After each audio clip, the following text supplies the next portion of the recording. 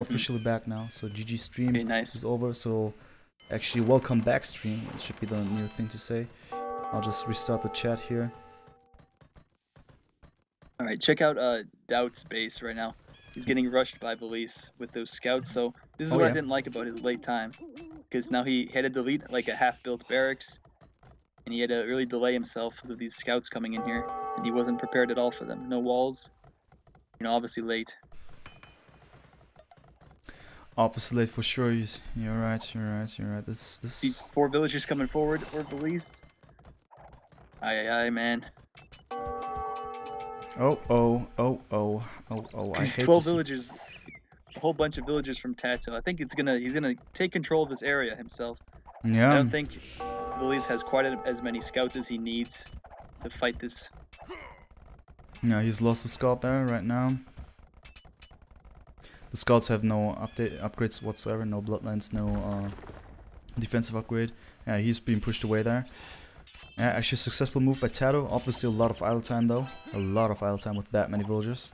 But the advantage is that he secured that area for now. We see TheMax here already in the castle age, researching war galley, so he's going to be getting fire ships out, trying to take control of the water. So no knights for him. I would have expected, you know, some knights for him to help his ally out, but I guess also no stable for DauT either. Like, he went for a fast castle. He made a market and a blacksmith, even though he had a barracks. So kind of strange, I think. Yeah, that's actually confusing. Oh, siege push. You see this? Siege workshop and monastery as well for TheMax. You see that? Forward in Villese's base. Let me see. In Villese's base, well, so far I don't see anything, sir. Maybe that is because, you know. Oh, man. I see houses. All right, just what are you at, like 18 minutes now or 17 minutes? 18:30. Oh yeah, 18:30. Okay, we should be good then. Really? 18. So you don't see those? Oh, of course I. How did I even miss this, man? What is actually happening here? I was just looking at the houses and say, where's the monster and where's the? Demi's blind, man. Demi's blind. Man, I thought. Man, I was getting scared that we were like way off. Like, are you at minute 15 or something? Yeah, in my mind I was on minute 15, but yeah. Good stuff. Yeah. All right, there we go, guys. There we go. Demi's blind in the game now. I've just realized about this being a siege worker, this being a monastery, and obviously this is gonna be a siege push here, a little smush, so to speak. But yeah, he has a decent amount of villagers on gold. I'm just trying to sage as much as possible just to forget about this mistake that I've just did here. Oh my god, man. Okay, so yeah, that's actually something really powerful of Max to do, and he will have enough resources to continue doing this for now.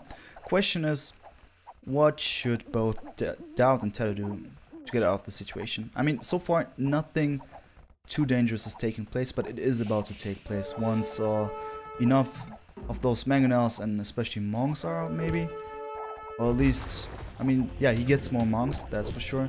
So what do you think should both DauT and TaToH do? Scouts? Question mark. Light calves? Yeah, I guess, you know, light calves make sense, of course, but I think we see that coming in for DauT, right? He's researching a light calf, but I think there's a pretty big mistake here for TaToH. I'm not sure, was he trying to just go like for fire galleys? I think like he let himself get towered all around his base, and obviously he was the one. He was already on stone, right? So I was expecting kind of maybe he's gonna go for like a fast castle this game, right? But he didn't. He was going for water, and he didn't even really defend himself with some towers there. Watch out for what Villese was doing. So he was kind of reacting instead of being a little bit more proactive. Exactly. Yeah, that's actually true. That's actually and also sad with the stone. We thought that something really great is going to happen. Fuel is going to be skipped and something like this, but nope, he's still in fuel age, and now it's going to be tough. Even though on the left hand side of his own base there, he's attempting to break through the palisades of Villese there, probably just to go inside and drop more towers and apply more pressure on the Villese. There. You'd expect that, but he doesn't have any stone in the bank, so he might have to buy it. So I'm not sure what he wants to do if he destroys that wall. He's just going to find some deer, maybe? He maybe wants the deer. I can't tell. Yeah, maybe the deer. Maybe the deer. I don't even know. Yeah, but so far the Max is just having a nice walk there with his monks and his siege. Max, he has like what 4 monks there. I'm not sure if he has any redemption just yet. No sanctity. So I think for now, I think DauT could perhaps go for defensive mangonels if he wanted, but again, I guess he's just gonna mess up some light cabs, and that does work. But oh, look at these walls for police, forcing DauT to delete his houses in order to actually get through. Oh, Nice. and another one. Oh, full walls. Yeah, the light cav is inside there, and now trying to get all the monks. But actually, there are a lot of monks there. They're successful in converting. So they are people. getting through the light cabs, but some nice attack rounds. Not too nice, but you got some damage done on the light cabs. Right. So yeah, the pressure is on still. Villese is supporting there with watchtowers, while the Max is just continuing his havoc here, applying a lot of havoc here. But still thinking about the next proper move here by both DauT and TaToH. So light caps weren't, unfortunately, they weren't good enough here. Numbers were not good enough to deal with the situation. And now we gotta ask ourselves what's happening here. DauT is moving away there as his TC is being pressured hard. He goes to the right hand side, places down another TC in order to get more resources. Actually good position for TC resource wise, but let's see if this is gonna be fine, because they're obviously with this move his economy will not be that strong. Talking about economy, villager counts 41, 43 for both DauT and TaToH, while the Max obviously has 61 here. It's quite a lot. Yeah, I think this is a pretty bad play here from DauT and TaToH. I actually think this game is pretty much over right now. Good teamwork for the Finnish team, having those spearmen out there to complement the monks and mangonels, and making sure the light cabs couldn't really do too much damage against the monks. So DauT lost all of his army, and it's not going to be so easy to replace. We know how expensive light cabs are, and he just kind of threw them away, and he didn't kill too much with them. So I don't know. Not a good situation for the secret team right now. Yeah, certainly looks really gloomy. And yeah, the Max already managed to build more TCs, making sure that his villager count is getting higher. And yeah, pressure is on indeed. A lot of problems here for DauT and TaToH there. You said it, it's they're about to lose this one. Do you see any kind of I know, some kind of master plan to get out of the situation as a winner for DauT and TaToH? Just some kind of idea, in theory? Honestly, I think even if Villese resigned right now, or if he went away, I think there'd be a good chance that the Max still wins this game himself, because just how far ahead he is in terms of economy. He has 70 builds right now, and that's just way ahead of both DauT and TaToH, and their eco's getting pressured right now. They don't have the army to deal with what the Max and Villese have. We see for TaToH, we see a castle coming up right on his base. Right on his base, you say TaToH? Yeah, TaToH. Oh yeah. Oh my god. Okay. About halfway up now. Yeah, for me it's a bit more up there, 84% to be precise. Okay, let me speed up a little bit, and then we'll be fine. All right, we should be good. We should be good. Looks good. Looks good.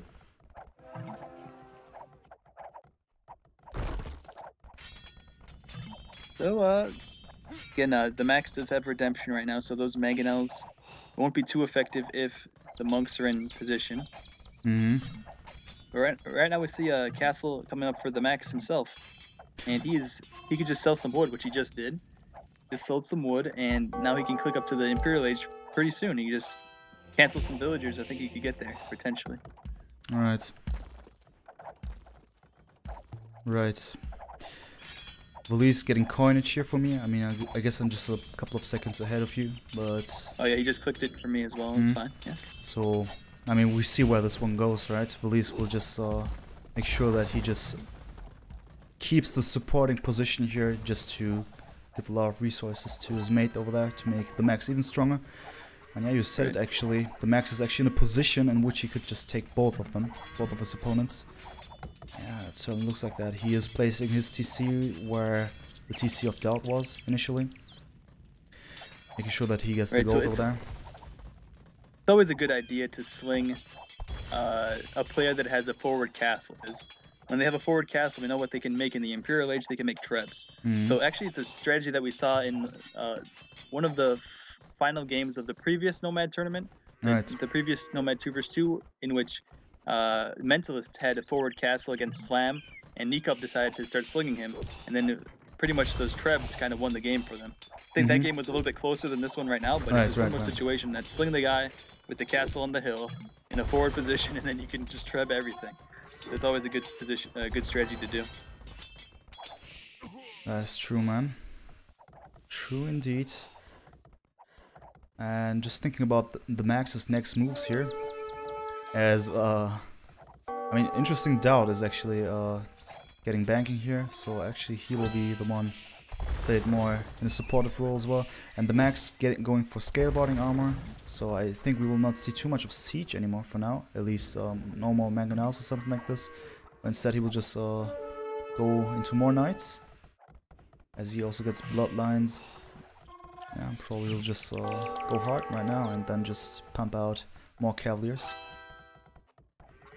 I guess, you know, DauT will be starting to sling TaToH, I guess for the same reason, because he has the castle on the hill, perhaps. But I think it's going to be a little bit too late here.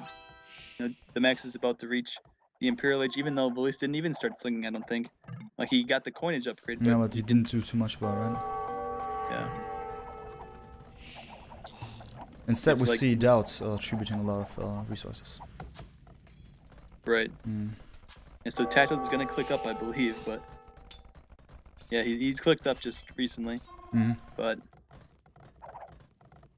yeah, it's a little bit late, I think, given, you know, just the size of the Max's eco is really huge, and he can do whatever he wants. He can make trebs, he can make cavaliers, which is what he's doing, and yeah, you just kind of dictate the game with the position that they have. Again, they have most of the map, like they did in Game 1. They have a huge amount of the map, and then DauT and TaToH never left their starting positions at all. Just kind of stayed in place there. Exactly. Just there was this one little movement by DauT when his TC was being pressured hard, that he moved to the right-hand side, where he is at the moment. But other than that, there's not much happening here, considering any kinds of expansion of their territory. I mean, for now it's impossible anyway, as the Max is up there, applying pressure, also zoning pretty well with his traps, pressuring his opponents there for sure. Not good, not much of a good situation. Yeah, definitely. I guess Villese did sling a little bit, but not too much. Most of the sling is going for the secret team. But I don't know. Let's see. Can TaToH secure enough of the map to try and push back eventually with these Chukonus? I'm not so sure about that.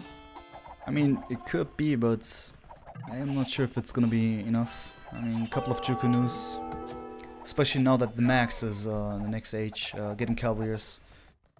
I don't know that if regular Chukonus just with bot Gennaro will apply enough pressure there. I mean, the numbers, it could be working for now, but once the Max has the numbers up himself with his fully teched units there, it could be devastating.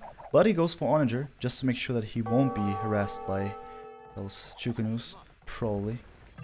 Let's see. Really, Onager? For me, he's getting Onager now. Yeah. All right, yeah, he's a little bit ahead. I just hope that it'll come up for you in a couple of seconds. Yeah, he's getting Onager now, yeah. Alright. Sped up a little bit, yeah. Alright, the pressure's on, still. TaToH. Alright, so yeah, the thing is, I guess TaToH kind of has to repair his castles. Like when the Max starts trebbing them, which he isn't right now. I expected him to be trebbing, but he can't really make more production buildings because he's going for Chukonus. And then if he doesn't have enough stone, perhaps it's going to be kind of hard for him to actually, you know, expand his eco. But actually saying this, it looks like TaToH and DauT do have the score lead right now. I think that's a little bit deceptive. I think so I too. don't think they're winning. Mm. You know? Yeah, you're right. That's actually right. I mean, Because so again, these Cavaliers do extra damage against archers. So if they can get them, they can actually attack these Chukonus, and they'll do quite a bit of damage against them. that's true. That's true. Just looking at the villager numbers here, DauT still, I mean, he has a decent number of villagers there. Though TheMax obviously leading there, so his eco obviously being the better one. Now we see these onagers and Cavaliers together coming forward, I think, for TheMax. Yeah, but I don't think that he will be attacking. I mean, that's only because I just see I'm just a little bit ahead there. Oh my god. Oh, he did get a decent shot on the Chukonus. You see that? Yeah. Okay, maybe we're on the same time. Maybe. Yeah, looks good, man. Was actually fine. That was actually a nice shot there. Yeah. But unfortunately, he lost his 2 onagers, which is not the most, not the cheapest thing to suffer. It looks like TaToH snuck to like the right side, and he has a castle there, and he's trying to trap from that location. Right. I'm not sure why he did that. Kind of made more sense, I think, to just perhaps push. I don't know, somewhere else. I'm not sure why he started pushing from a place where his Chukonus aren't. You know. That is true. I just want to find some explanation for this one. Maybe it was just TaToH attempting to go in from multiple directions. He was having a little trap war there in the north of where TheMax's base is, or not, especially Villese's map. Maybe attacking from 2 sides. He thought that it would create more pressure then, but yeah, we'll see what happens here. It's just him being trapped down the right hand side, or something that doesn't seem to be too much of a sensible thing to go for. Not sure. I guess, you know, having trebs is always good, wherever you're trebbing. But I don't know, his army's split up, and then you know, your range units get exponentially better when you have more of them grouped up. So when you have them separated like this, it just, you know, it's not using them to their full potential. Exactly. I think that's the problem. They're pushing from, you know, both.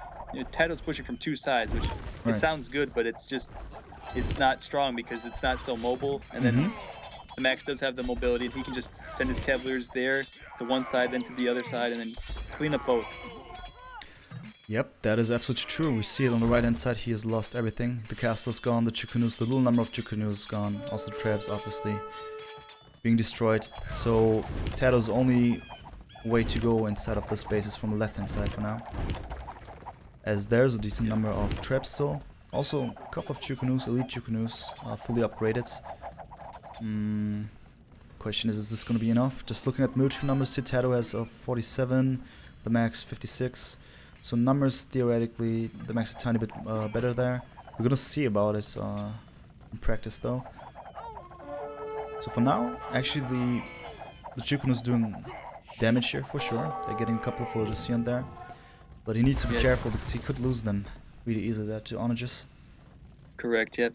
Looks like TaToH still has most of his upgrades, but he's missing rocketry and ring archer armor. But we have TheMax actually getting in his elite Chukonu upgrades as well. He has most of them, and he obviously has his Cavalier upgrades as well. So if he just combines some Cavaliers with Chukonus, he can easily clean up his army. He doesn't even need the onagers, but obviously that will, you know, definitely kill them if he has those coming in too. Yeah, you're absolutely right. And normally, if you say it like that, and if I wouldn't watch this game, I would say, is that the right thing to do? Going for Cavaliers, which are fully upgraded here at the moment, and also going for fully upgraded Chukonus.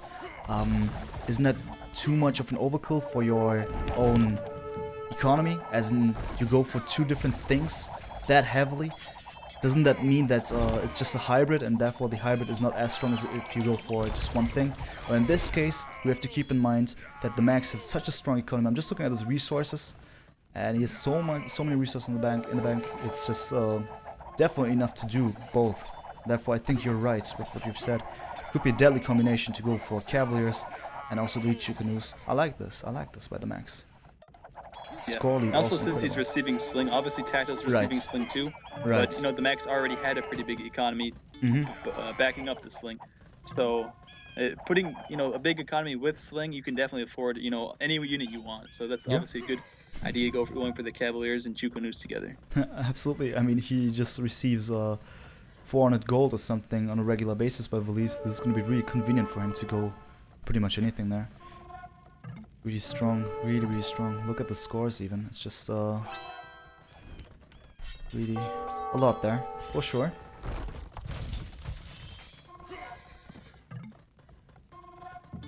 People are asking if this is a best of 3 or best of 5. This is best of 9.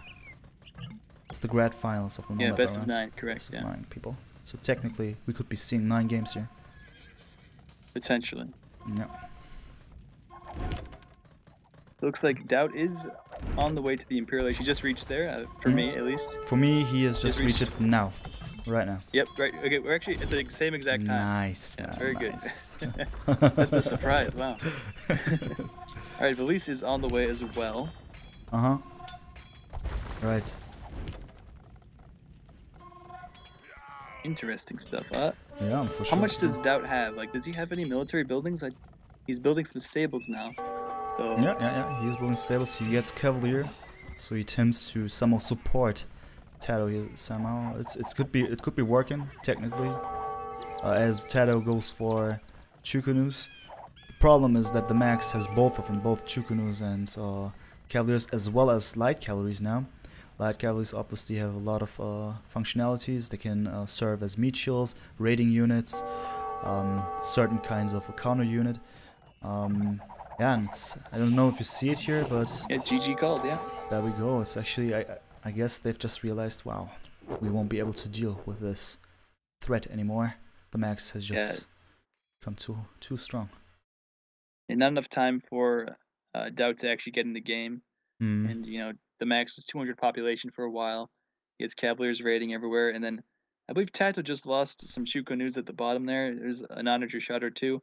But I think that was like right when they were calling GG anyways. So Oh yeah, you're right. not a game changer there, but just a game confirmer. We know what the result is. All those Chukunus knew as well, so they went out. I like this term, game confirmer. I like this one. Yeah. Cool. Yeah, that was the third game, and the Max and Villese actually won this one in this very nice Chinese-Persian matchup here, mirror matchup. Wow. Good stuff. Alright, so I'll just upgrade the scores here, and then we'll jump into the next game right away.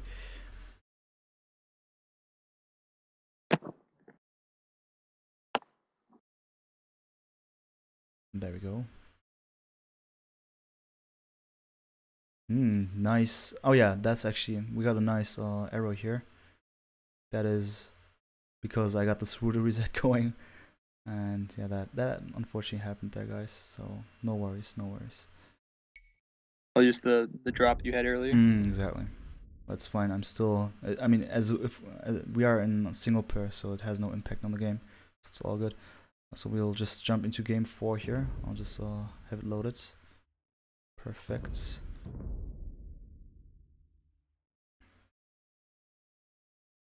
Just to answer what someone's saying in the chat, Tedious Nobrew fan, he's saying they didn't list the Halb camel correction in the balance patch notes. So I guess he's talking about, I believe that Halb should be nerfed. I think they do too much damage against camels, for one example of why I think they should be nerfed. So it looks like Halbs weren't nerfed at all, except for a little bit against Mamelukes. So against camels, general camels, they do the same damage, but against Mamelukes, I guess, a little bit nerfed. Yeah, definitely. I've read that as well in the recent patch notes. It said so against Mamelukes. Right. Correct. Confirm. Yeah. What you think about that actually? Do you think Halberdists do too much damage against camels? Oh yeah, I think they do too much damage against everything on a horse or a camel. All right. Okay. But I get, especially Mamelukes. So I think 5 attack isn't enough. I think 15 or so would have been good. But because obviously Mamelukes and AOC were really strong, but they nerfed them already in Wola Kingdoms. They have like a frame delay now, so they're a little bit harder to use, and they're not as effective. Right. They're a little bit slower in changing their target after they kill a unit, and Mm-hmm. it's a little bit slower, so they can't really kill halberdiers as fast as they used to. And then combined with that, Halbs did a lot more damage against camels. So then obviously a nerf was needed for that, and they did a small nerf for that, but I think it didn't go far enough. I think we need a much bigger nerf. Yeah, it's a very they said halbs don't cost gold, Exactly. and they do an insane amount of damage for Right. their very cheap cost. And the Mamluk's the most expensive gold unit in the game besides Siege.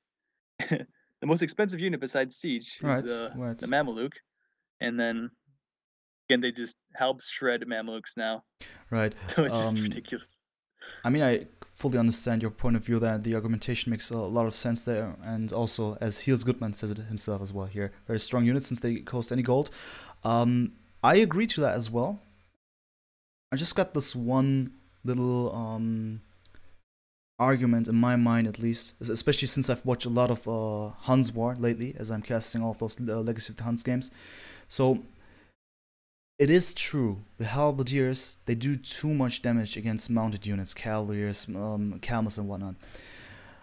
But there is this thing that the halberdiers do not catch up in speed, right? In many cases. I mean, if we just leave out the Celts for now.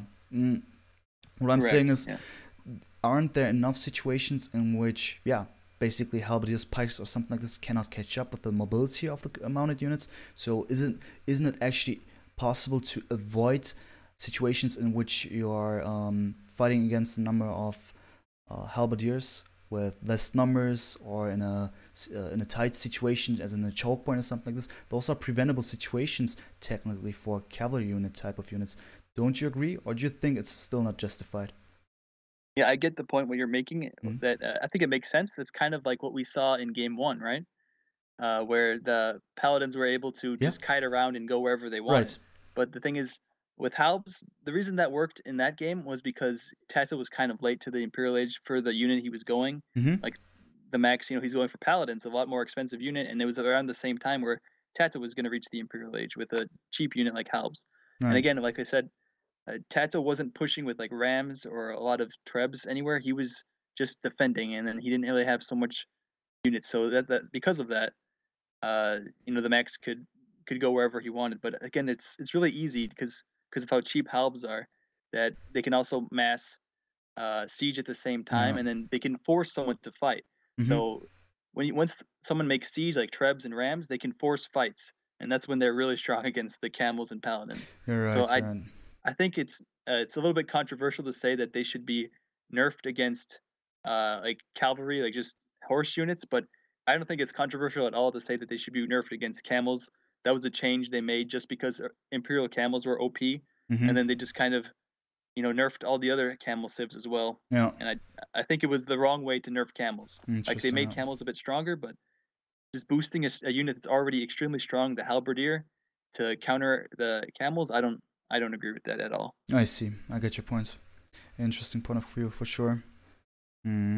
Cool stuff. I mean, it's a nice topic to talk about. Good discussion there. But yeah, you're right. Actually, there are situations that you could force the enemy basically to get into those fights against those halberdiers, especially when involving siege or forward castles. You're right, actually. Yeah. Well, something to consider. And yeah, we need to come up with new ideas. I mean, they are working on this. People are trying to find new solutions to make this game more balanced. I mean, we got some recent changes, especially in the biggest tournaments going on at the moment, ECL and whatnot, concerning the towers. You've said yourself once, it's a long needed nerf that we saw on the towers now. Hopefully it will be fully implemented in the game. We'll see about that. We'll see. So for now, Yeah. what you say? Should we jump into the next game? Yeah, I agree. All I right. think we should. Good. All right then. So, all right, let's do the countdown again, and then we're gonna see if we are gonna be fine. I hope so. So. I hope so. All right. So 3, 2, 1, go. All right. So welcome everyone. My name is DauT+TaToH, and I'm here with Influenza, and we are casting together round number 4 of Nomad Battlegrounds Grand Final, a matchup between Villese and TheMax versus TaToH and DauT. And yeah, what do we see? First of all, Blue, what about those civs that have been chosen here? So I'm not sure what's the settings for this game. Like, did they have to just free pick these civs? Yeah, or? it's hidden civ choice for now. Game number 4 is hidden Alright. civ without any further rules. I see. Okay. Well, I'm kind of confused about these civs then. I don't know. Like, I don't see any. Like, where's the Malians? You'd expect to see Malians, right? Right, of course. We've seen them a lot in finals and all the other. I mean, whenever the people had the choice, they would go for Malians, especially as one of the top tiers. But we see Mayans and Italians. At least, Mhm. at least. That's something more common to see. But what you say, you've missed the Malians here, and I understand why. Especially, I mean, their EQ bonus is extreme. Also, knights, really nice stuff. In which team would you imagine to see Malians? I mean, in connection with another team, another civ there, or do you think Malians would just simply fit in any kind of composition Yeah, I that we think. see? Yeah, I think on both teams they could use the Malians. I think it's the best civ. It's the best Nomad civ. I think right now. Hmm. When I first started playing the new Nomad meta, I thought that Italians was the best Nomad civ, but once I started to play more, I saw like, okay, it's the Malians. The Malians, they're just that wood bonus is just way too strong on Nomad. Yeah, yeah, I agree. So yeah, I think they could fit in anywhere, and they're kind of a versatile civ, where obviously they're good eco, and then they can go for strong knights and camels, and they could Mhm. also make a unique unit that's pretty strong. And even in the Imperial Age, they get hand cannons as well, and that's a pretty big deal sometimes. Yeah, you're right. In this case, what do we have here? It's Mayans and Italians, right? And then Malay Yeah. and Persians. So Persians certainly more a classical type of choice there. Not even considered to be top tier nowadays. Um, still they are good. They are good. A lot of advantages there on Nomad especially. Let's just start with introducing the players here and their positions here. I'm just gonna start here right away on the right hand side, very right hand side of the map. We see TheMax, right? Yep. With that TC here, a lot of food. Obviously, what you said you liked. What you see here. Oh yeah, he has everything he needs for a Mm-hmm. game, especially as the Malay. With the Malay, you have a stone nearby if you want to go for karambits later. Mm-hmm. He has a gold, nice spot, and all the food that he wants to go for a fast feudal or a fast castle if you wanted. So he can do anything he wants in this game. Well, I And obviously agree. the Malay bonus that they can get to the next age more quickly. That's a very important bonus, especially on Nomad.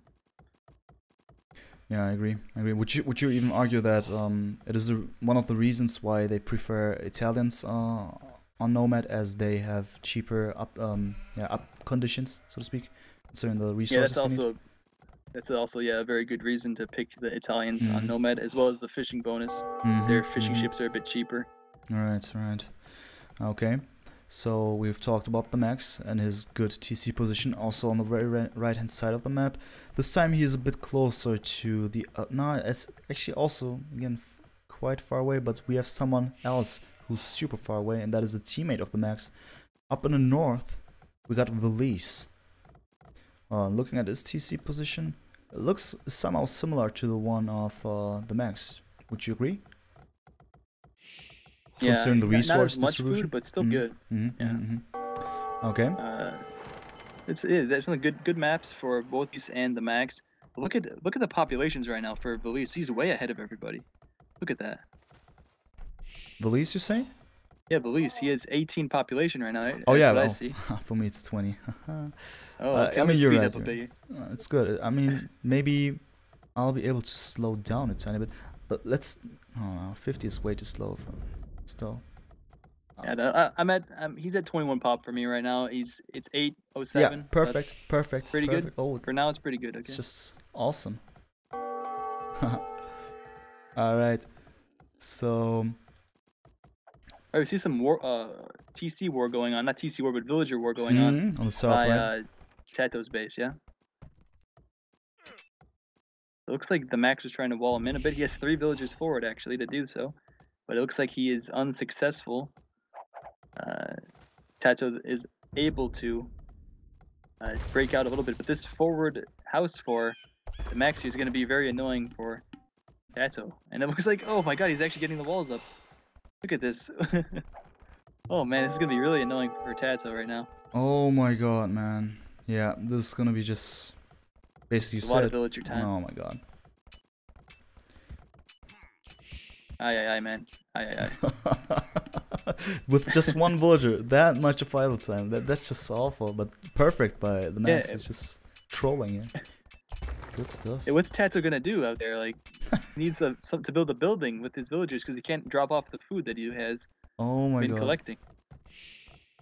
It hasn't stopped. It hasn't stopped. He's just still somehow annoying TaToH here. But you check out the Max's base too. Look what TaToH did over there. That might have been why the Max wanted to give him a bit of revenge. You see that? Oh yeah, yeah, the boar lane there, right? Yeah. But still, you know, two boars were taken in for the Max, and he has a lot of deer still left, and you know, sheep. So he's in a pretty good situation. Still, and yeah. meanwhile, Villese here, what's Villese doing? Going to the feudal age, right? Let me see. I'm a little bit ahead. Yeah, I was just waiting for this. Yeah, what he is now. He is. Let me just. That's okay. That's yeah. All right. I'm at 11:15 now, just for information. Yep. Same here. All right. Cool. Perfect. And yeah, he's on the way to feudal age. He's the first one, and he has the Persians. What you say? He was. Yeah, probably he will go for some water, right? Or am I wrong with this one? I don't think so. Like, he might make like a fire ship or two. Yeah. Perhaps, but as he goes for gold. Wise. Oh, okay. Yeah.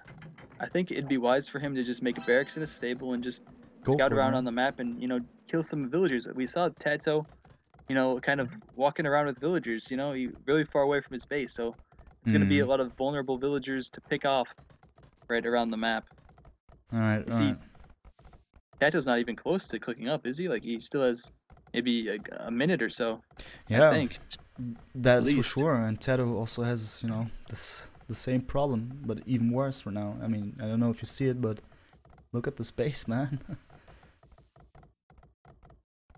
Yeah. Oh my god, man. I mean, what is happening with TaToH's base here? It's just downright awful. The Max is also even increasing the walls. Yeah, like, that's what I'm saying. More. I'm like, what? Wow. Oh it's not enough. He needs to go even more forward. What is going on, man? Yo, the move now. He just made a hole there just to go even closer to TaToH there. Oh my god. Yeah, it's the second time he did that, I think. Awful, man. Chris saying sup TheMax. What's up, Chris? Welcome, bienvenidos. What's up, bro? Yeah, just interesting stuff by the Max, and also it will have an impact on TaToH. I mean, it will be just first of all annoying, and also there's something you've mentioned as well. There's this potential danger in which you are forced to stay in a really small area, right? And then you are not able to spread out with your whole base. And we see it now. TaToH is unhappy with the situation. Therefore, he has created a transport ship in order to just go away from this area, just to restart somewhere else. Not restart, but also getting some resources somewhere else, somewhere safer, where he's far away from the others. Yeah, he's gonna escape a bit for now, but we see a fire galley coming out for the Max. Gonna pick off a few fishing ships here, I think. Alright, it could be. Right, and meanwhile, the Max also in DauT space for now, with a tower. Oh yeah, I see a bit of a tower war going on right now, yeah.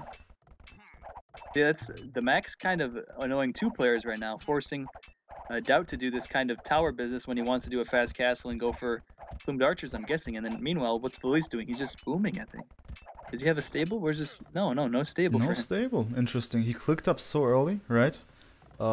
He went for gold directly, and yeah, not too much. I am not sure. He is going for cast stage. I mean, with the Persians, obviously, he could definitely go for double stable, but so far we don't see anything. Instead we see our markets, right? Well, you know where that one goes with Villese. So, but still. He could have stayed in feudal age if you really wanted to go for an early sling or something like that. But yeah, we're gonna see. Meanwhile, just asking myself, how's DauT doing here with the Max? Yeah, I think he could be doing better, but he's doing what he can. You know, it's a tower war, and he's missing his stone right now, because that's really important for the mines, right? To have stone. You know, he's unable to actually collect his stone properly. I'm not sure what is TaToH gonna do in this situation, given he lost all his fish. He's in this really tough, small location here.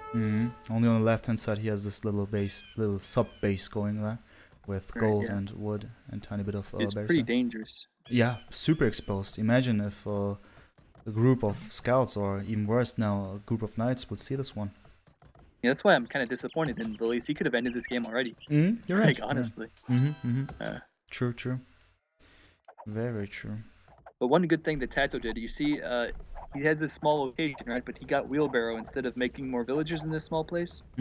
He's like, okay, he'll just get wheelbarrow right now, so he doesn't have to make too many villagers and have them trapped here forever. Exactly. But he's gonna do that anyways, though. He's gonna still make more villagers that are gonna stay trapped. Yeah, that's true. And more towers coming up. Yeah, but actually you're right. I mean, going for early wheelbarrow as early as possible just to not create villages makes sense for now. Yeah.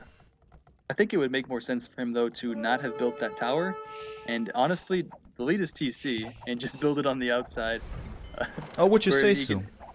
Because, like, these villagers are going to be useless right now. Like, right now he can't even collect anything left. Like, what's he going to do? He needs a transport ship in order to escape. Yeah, that's true. He really can't collect much. You're absolutely right. I mean, Nevara said this also in the chat. Tower on the gold would be terrible for TaToH. Well, we have the situation for a couple of minutes now. He said this one, and yeah, it's true. It's true. The villagers are useless. They can maybe get a little bit of wood there, but the way that one little tree is oversaturated there is really bad for TaToH. For now, he is not contributing too much for this game here, so DauT needs to be the one doing something here at least, and he goes for the castle. Therefore, with the Mayans, obviously we're gonna see some plumed arches. What you think? What's your personal opinion on plumed arches, especially on Nomad? It's a very strong unit, yeah, for sure. Obviously, it's not going to be so strong in this situation, given DauT is really far behind compared to Villese, for example. And we know the Persians, they have a good bonus against archer units with their knights. Right. So that's pretty significant here. And I don't know, there's 3 TCs right now for Villese. Right. And again, no military buildings just yet other than his docks, which don't really count. And yeah. I just think, the Finnish team here is pretty far ahead in pretty much every aspect of the game. Even TaToH is really dead. He's just farming his vice TC right now. Like, what the heck is... Oh my god, man. Just resign, man. Let DauT try and win. You're not going to be doing much this game. Yeah, you're right. Absolutely. I mean, Max did so well. It's just the ideal way of keeping an enemy just in his own base with towers and some ugly palisade walls here. It's just downright awful here. And also his own base, talking about the Max still, walled up with stone walls. So he's going to be safe for now. He's not taking any risk. He's just going to be super safe and knowing his opponents as much as he can. He took a 2 versus 1 for this first 24 minutes of the game. Yeah. So I was queuing you in about what time I'm at, around 24 minutes right now. Yeah. 23:55 to be precise. Okay, maybe I'll slow down a little bit. Just like 1 or 2. That's all. Yeah, I think we should probably be good. Yeah, looks good for now. I think we found somehow a stable way to go. And yeah, for now we see a lot of axes being put down here on this map. Some indications whether some resources are, probably, yep. And DauT is on his way to find some villagers to snipe here and there. The plumed archers, they got Botkin arrow, and they will be able to deal a little bit of damage when raiding correctly. But yeah, he needs way more than that if he wants to take on fights against any upcoming military units, which is probably gonna be the case once Villese has a decent economy. And yeah, I mean, he is building his barracks, right? Look at those gates, man. He's so safe. What a safe player. He's not taking any risk whatsoever. He's just the same as the Max. Same as the Max, no risks. Yeah. 4 TCs, just continuing his boom. The game could have been over at 20 minutes if he made knights, but now he's just gonna boom it up and kill them in the Imperial Age, I guess. There's this attempt of TaToH to go out of finally to unleash his villagers there and just free him there. Yeah, it's gonna take some while still. As Max, the Max. Oh yeah, and there we got it. The TC got deleted by TaToH. Finally. Instead, he goes for the mill. Build it up. Probably he will just place it somewhere on the left of the space. Not sure though. For now, we don't see anything. But he has placed the TC somewhere, as he has. Yeah, Oh yeah, there we go. Oh, no, that's the market. It's a market, yeah. Wait a second. What does He's just that? gonna sling without a TC. So basically, without having more villagers. Yeah, just a Oh 25 my God, villager man. sling. That's all we're gonna see. I mean, Villese does have more villagers. Actually, no, DauT just slung some wood. Oh yeah, TaToH. okay. Alright, I'm relieved. I'm relieved. Wow. So where's the TC? Where's the TC gonna be? I think it's gonna be by that gold mine and. Most likely, yeah, on the left. Yeah, there we go. Sense. Got you.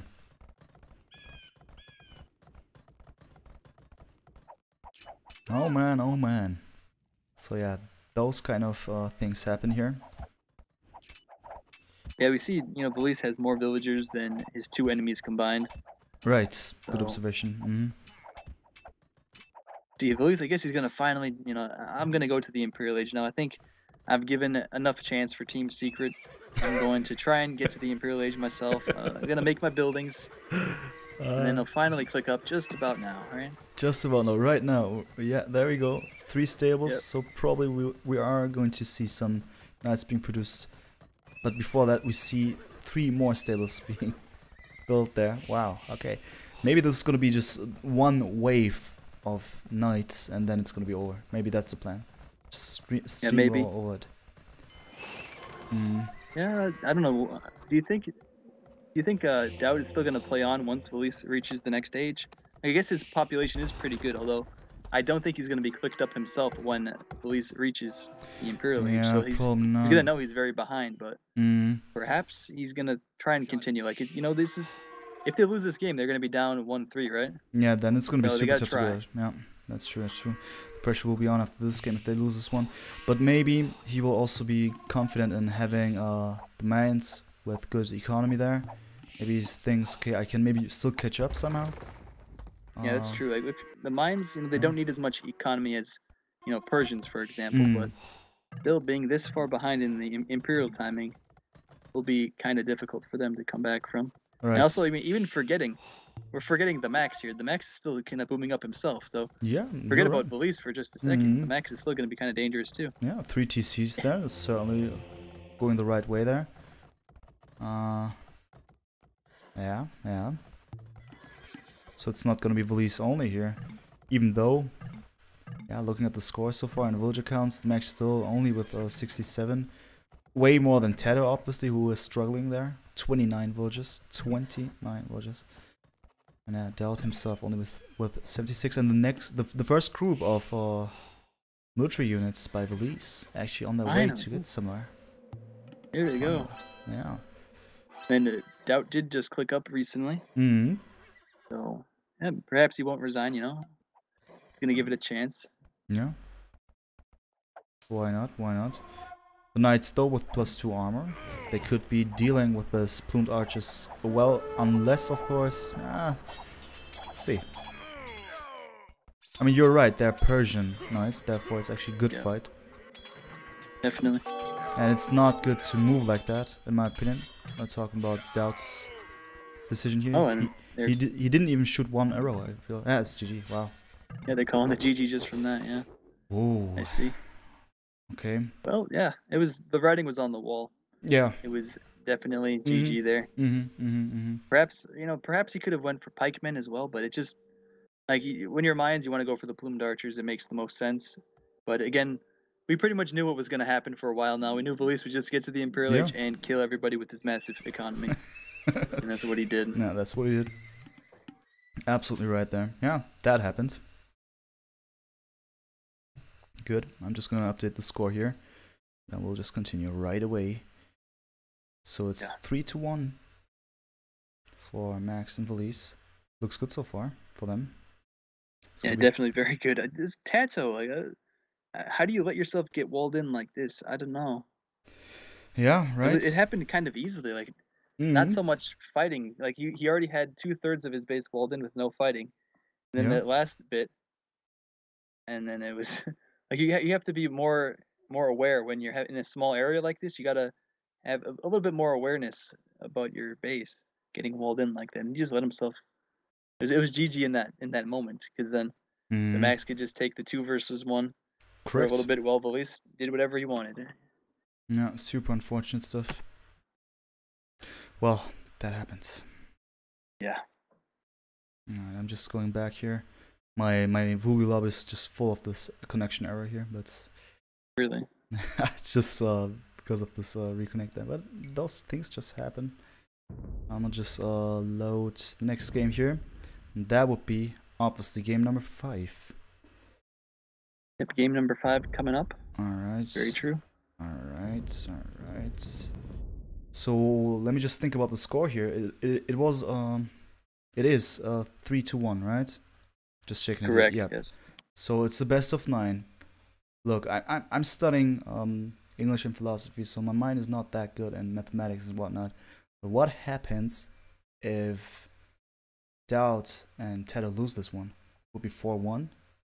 4-1, correct, and it's it's a best of 9. So first one to 5 wins is going to Yeah, there we be go. So victorious. 5th one. So basically, okay, I know I got you. Okay, now I'm fine. Yeah, all right.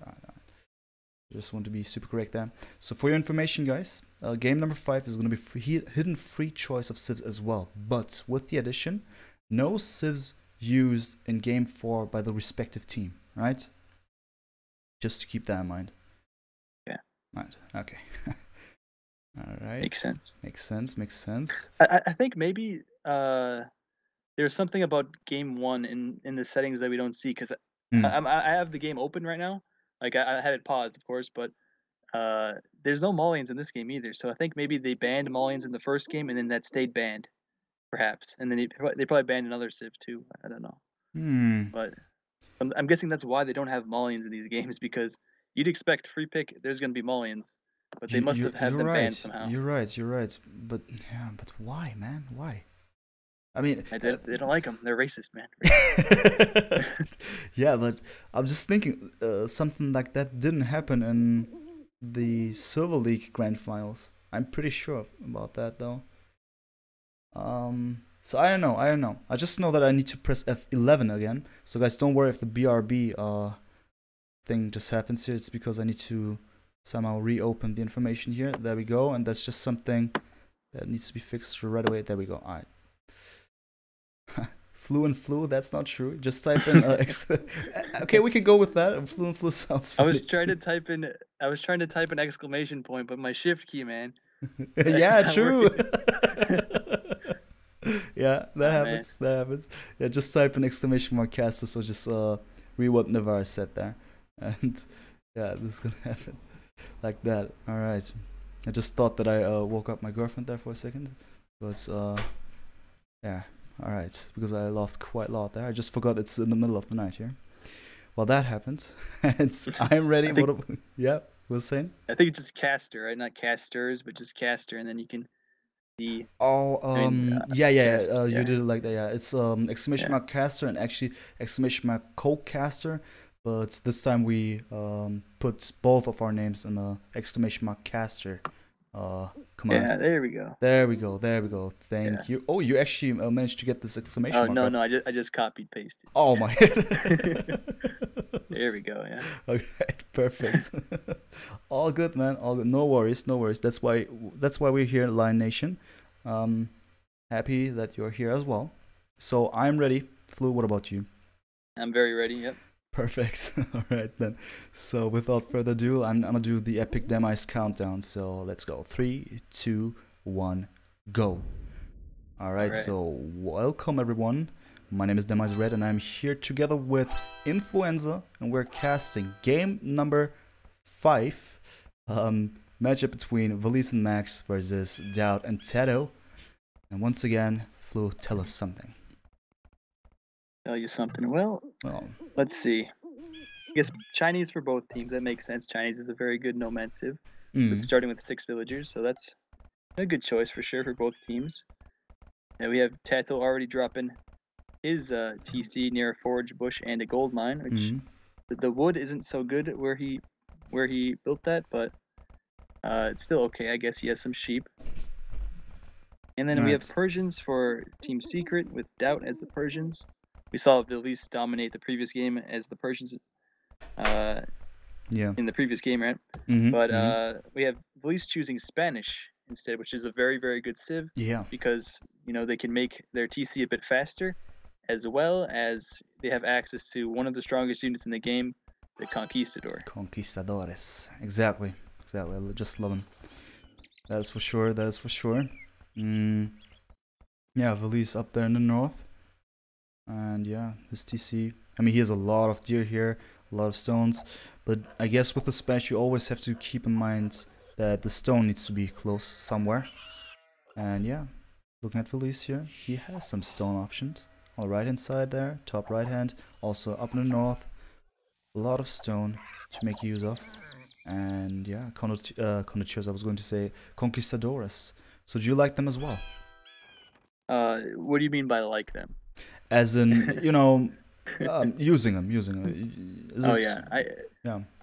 I like to use them. I don't like to be against them. All right, there we go. Okay. So I see.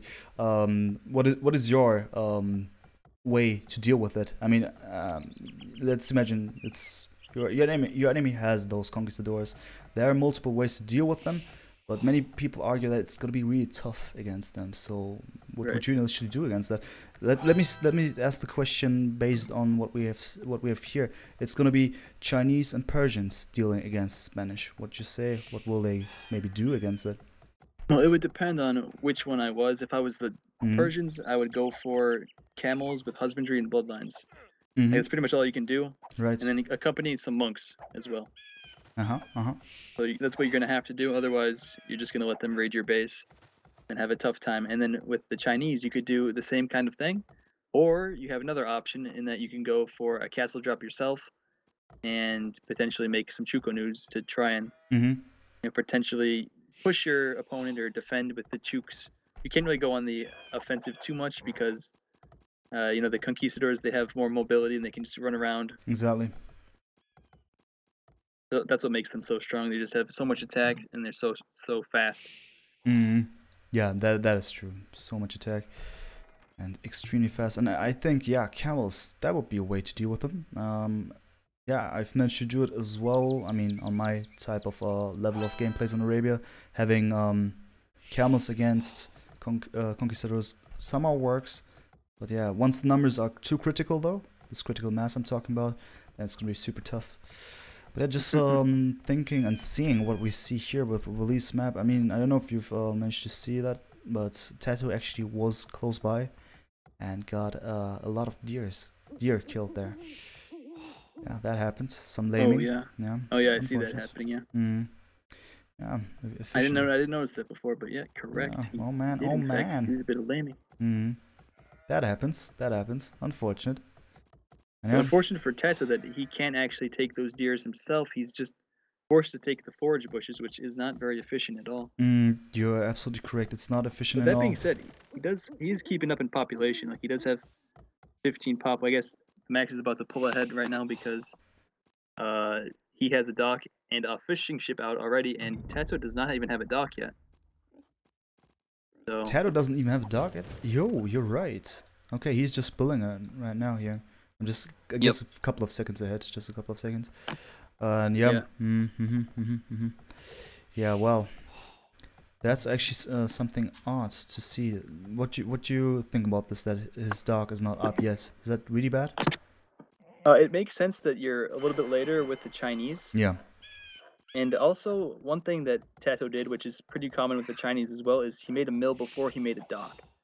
Right, you can see actually towards the north, where he made that mill. You generally prefer it on shorefish, but again, like we talked about earlier, there's not as much shorefish in this new version of the Nomad. It's a little bit less, I think. Yep. So it makes sense that he's building it on the deer instead. And it's a bit of a vill war going on here, as you can see. One villager going down already for Villese and chasing the other 3 away. If you're around the same time as me, hopefully. Well, I've seen TaToH losing a vill to TC fire. Okay. I must have missed that one. No, it's cool. Yeah, I see the body. Yeah. Okay, fine. That's good. I'm at 9:30. Yeah, I was like 5 seconds ahead, so Okay, I think that's we're cool. pretty close. Then we can live with that. And you're right, we see some villager wars still going on. There's this attempt of, what is it? Is it actually Palisade of TaToH? Yeah, it actually is. Was just an attempt to somehow make it a bit more difficult for Villese's villagers to go back to CC. Yeah, that one happened. And while all of this is happening, let's just have a look at TheMax and TaToH, right? TheMax and DauT, I'm sorry, because I feel that we have two 1v1s going on so far. And what is most striking here is that TheMax, once again, is doing something really, really unpleasant here, at least from a point of Very view. dirty player, I'd say. Yep. Extremely dirty, in fact. He's walling in all the resources, and he's walling in a DauT himself. So, yeah, not my favorite kind of play to be against in the Nomad game. If I were DauT right now, I would probably be insulting TheMax. Like, I'd probably be calling him like a massive noob, or like, what is this guy doing? What a noob! What is he doing? Why is he doing like this? Yeah. That's what I'd be saying. But I guess it's a very strong strategy, so it makes sense that he's doing it. Right. Alex Xnako saying, is this a rebroadcast? Well, we are actually live here, but this game is a recast, right? We are not, I mean, we are actually live. Influenza and me. But, yeah. Right, this game was played earlier yesterday. True. Was it yesterday? Or was it 2 days ago? ago? It was yesterday morning. Well, I guess it was like the afternoon for you a little bit. But yeah, you're right. It was the afternoon. True. I was casting Legacy of the Huns and whatnot.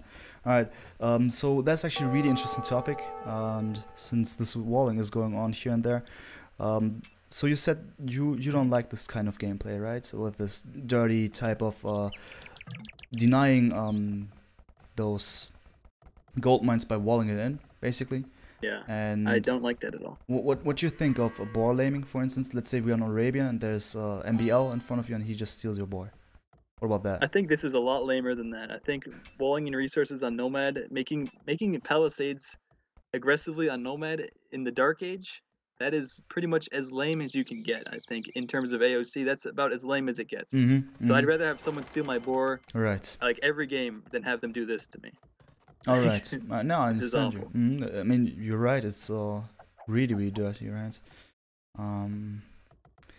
Well. Like one thing my like suggestion for Nomad would be to remove walls from the Dark Age. Like, don't have any palisades for this map in the Dark Age. I think it would improve the map significantly. But again, it'd like have to be a special mod or something. Or I guess there's actually possible they have a new system where they can make new maps, and then they have special balance on the maps. Right, I'm sure that is possible. Interesting. Would you say that this is a thing to? I mean, would that have any disadvantages? Having no palisades. We always need to keep in mind that it could backfire somehow. Correct. The only thing that it could be bad is if you're the Huns and then you have you're taking a boar and you're trying to block the boar, like from killing your villager if you mess up the lure or something, and then you can't build the palisade. That's the only downside in my opinion. I think everything else is an upside. And again, in the feudal age, you can have access to those walls again. Right. Interesting. Well, that's one way to look at things. Really interesting. Well, yeah, we see a lot of resources being walled in. We even saw it at the NAC. We saw it was, I believe, MBL against TaToH, and MBL stole boars and did what he did best and whatnot. But he also went for walling in resources. And yeah, those kind of things happen. And I've had an interesting and long talk with MBL a couple of weeks ago when I've met him.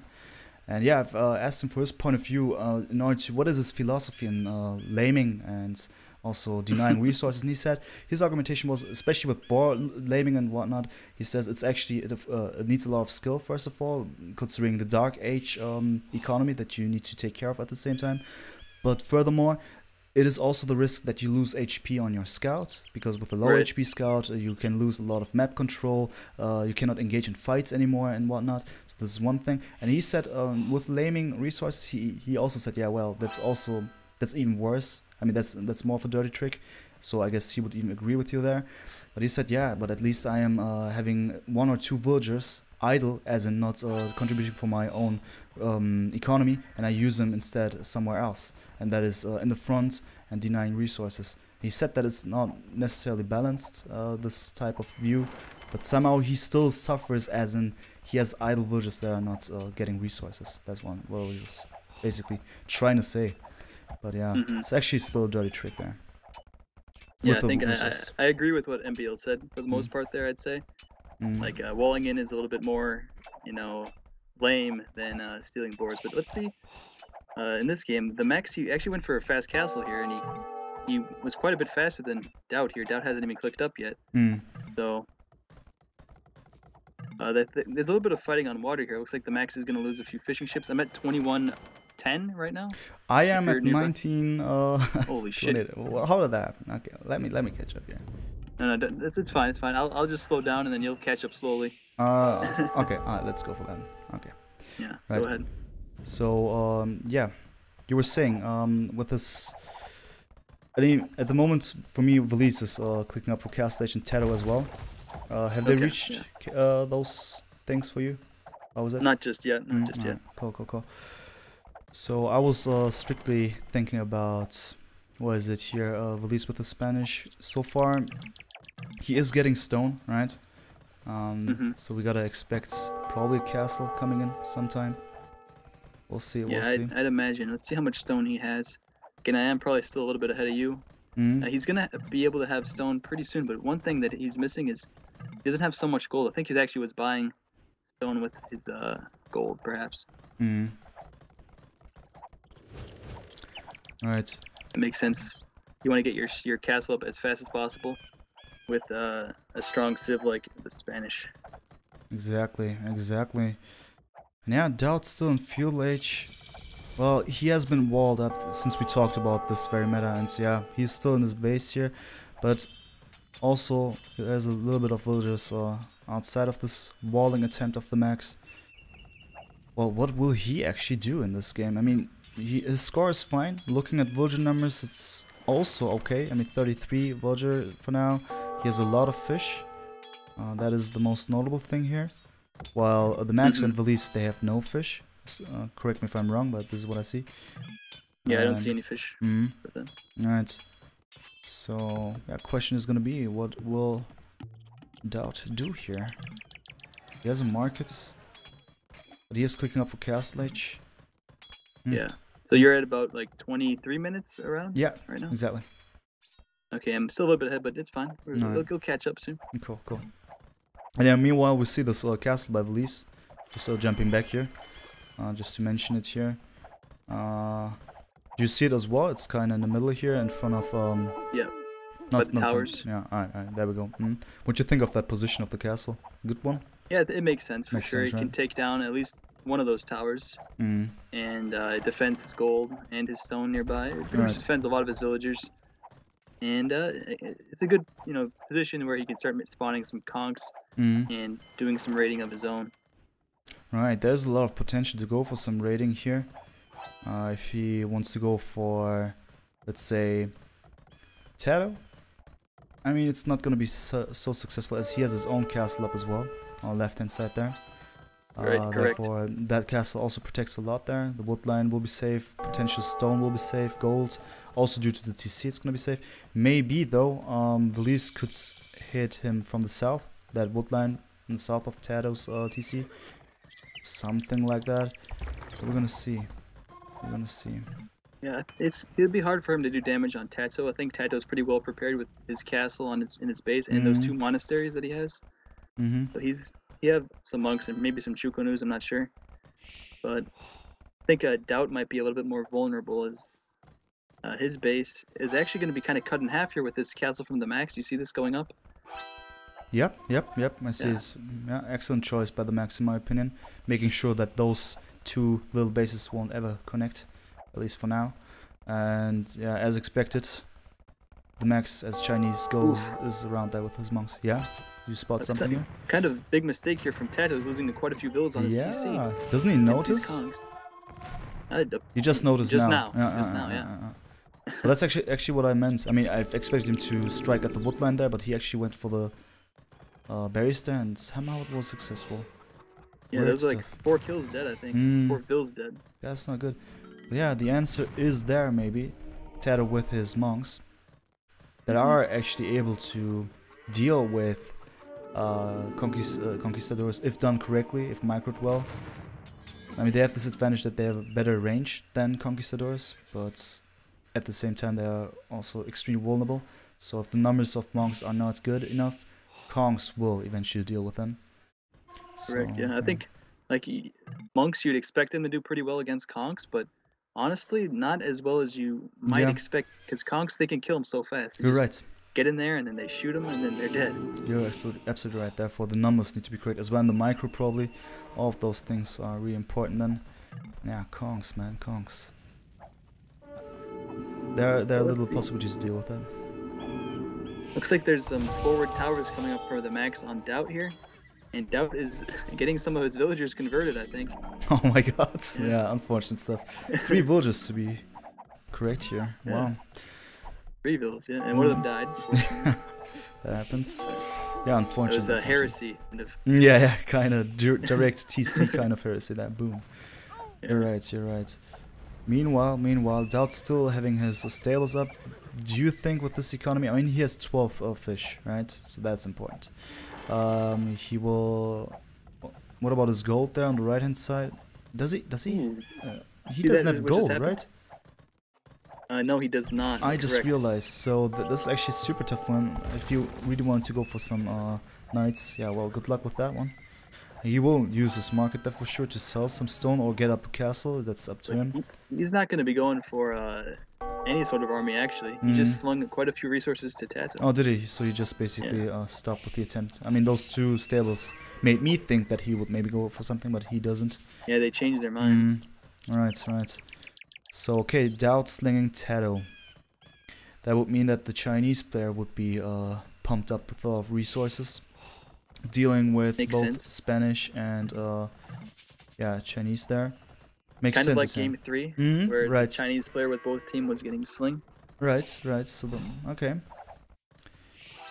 But I don't really like what TaToH did here. He has 2 castles in defensive positions. I think he needed to make one of them at least forward a bit, so that he could actually, use his sling earlier, besides just going to the Imperial Age and then using it. But right, I understand. He's giving them too much time. Okay, I understand you there. Though, where would you have put the castle? I mean, if you say TaToH should put a more forward castle, and do you think?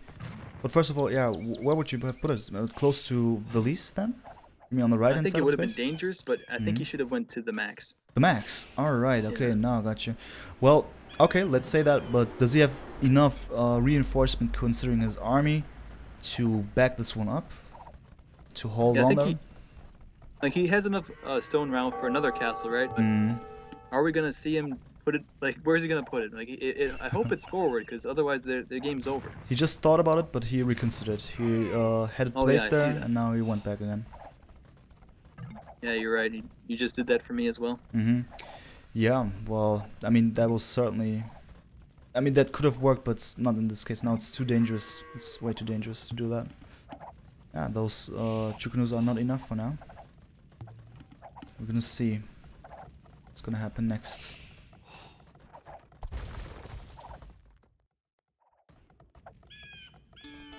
Yeah, more slinging. So the Max actually researched Redemption. So if there's any mangonels coming out for, I don't know, DauT, perhaps. I'm not sure who's gonna be making the mangonels, but if someone's using mangonels, that's gonna be useful. For sure. Interestingly though, DauT is about to lose his market there. He needs 3 bullets ASAP, unless he has a second one. Nope. One conversion coming out for, actually DauT deleted his knight instead of converting it, or getting it converted, and also he deleted the stable earlier because it was getting converted by the monks. Right. Interesting stuff by TaToH so far, placing that castle up in the north. Just to secure some more area there, obviously, for the resources, building a TC as well. Okay, that's one way to do it. But TaToH up to the Imperial Age now, you see? Yeah, true. So it looks like TaToH is going to try and have to win this game himself. I don't think DauT can do too much. Like, he's just struggling even to sling because of all these idle villagers that he has because of these monks. So Yeah, right. really tough situation for him. DauT has his Mangonel out there, so he will be able to get some Kills. skills. Yeah. Okay, that was actually good. That was fine. At least stopping the little raid for now. But we see here DauT actually not satisfied with TheMax's tower, going for an all-in villager fight for now. He's definitely not satisfied with that tower. I think he wants to relocate it somewhere else, or maybe at least take it away from that location. I don't know. And he's losing the wood on the left-hand side as well. Now DauT is in a lot of troubles there again. Ooh, those two canoes are gonna get a lot of kills there as well. Maybe, are they? Huh? 2 villagers down. Like, oh yeah. DauT's gonna escape most of them, but still. Obviously, does it matter if they're escaping or dying? Like, they're not doing anything right now. Right, exactly. They're just idle. There we go. And yeah, no more woodline for now, it seems. Yeah, there's actually no more proper woodline. Only there on the right hand side, whereas a second base is. And the castle. Oh my god. Oh. Yeah. So DauT is in a very tough situation here. I'm not sure about the decision to sling. I guess they thought like this is the only chance we have because they were kind of behind. At least DauT was. But again, he's just letting TheMax do whatever he wants. Right? Yep. That's actually a correct description of what is actually happening here. So it's all on the shoulders of TaToH here. Yeah, and do you think it's going to be possible to do so? I mean, that's a Chinese player now dealing against 2 players here. Just thinking about it. I think he can potentially win. He can. Like if he makes some trebs and takes down the castles of Villese and maybe some TCs from TheMax at the same time, and maybe continues with some more castle pushes. I think potentially he has a chance here, but it's not looking too good as both Villese and TheMax are on the way to the Imperial Age. Exactly. But then again, if he can destroy some of those TheMax TCs, you know, potentially he can like kill the Imperial TC. But actually, smartly, TheMax built, or he researched the Imperial Age in a kind of far away TC there, so he's not going to worry about that. Man. Yeah, you're right, but at the same time, just dying in the inside, man. TheMax does so much damage. He converts so many villagers by DauT, placing more towers inside of his base. He has no more woodline. It's all just. I'm not even sure where DauT is. Like. Yeah, where is he? What is he actually doing? I mean, what can he do? Where can he go? Poor DauT, man. Yeah, poor DauT indeed. Yeah, I think, you know, both about 100 builds or a bit more for Villese. For the both Finnish players have a well-boomed economy. The sling obviously is no more for TaToH. I think TaToH is gonna, you know, push TheMax pretty hard here and force him to relocate. But again, he's just gonna let Villese, you know, make Cavaliers, Paladins soon, perhaps, and it's gonna be pretty hard for him to deal with. And TheMax has quite a few Chukunus of his own that he'll be able to upgrade and use defensively against TaToH. That is possible. Meanwhile, though, TaToH is approaching for Max's base there, going in with a decent number of Chukunus. There are no elite Chukunus for now, but let's see if this is going to be successful, as he is somehow in a forward movement here, having his traps, having his cap rams. Could force TheMax to move away for now and come back later, as he was fully busy with DauT here. And we don't see too much by Villese for now, but we are about to see something, I'm sure. As he goes for a lot of knights, he will somehow shift his unit type here from Conquerors. You check the north part. Yeah. It looks like there's some Cavaliers or knights taking down that trebuchet. You see that? Not at the moment. I'm at 41 minutes to be exact. Okay, I'm about a minute ahead then. All right. I'll just catch up. And right now, there we go. Okay. Alright. Up. Alright, there we go.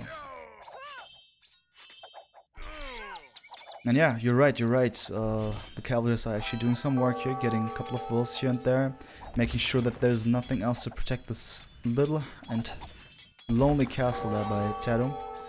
TaToH Yeah, so still on the forward march there, right? In the max space. correct. I don't think like Siege Rams isn't the best, unit to be making against Chuko News. Obviously Chuko News, they shoot all those arrows and they kill Right. them very fast, and that's because of that we're seeing the GG here, right? Are we seeing the GG? I'm just waiting for it. Uh, Oh, it is good. Yeah, there we go. The GG. all right, not too far in the future, but Yeah, I got you. But that, I mean, I understand, right? Why they call GG. Obviously, DauT is completely out of the game for now. Yeah. I mean, I just spotted his villagers there trying to run somewhere, and the Max actually trapped them. He was about to get fully annihilated. Still, there was this forward march by TaToH. But maybe it was just a matter of time until Villese would go into TaToH's base, probably. Too much of yeah, a it was thing? definitely GG. I mean, you think so? I mean, Yeah. I know that maybe in a couple of minutes it would be really obvious. But Right. okay. I think just maybe TaToH has a slight advantage against the Max, and then at the same time we have a fully boomed Elise backing him up Right. and just pushing him from the top side. So it makes sense to call the GG.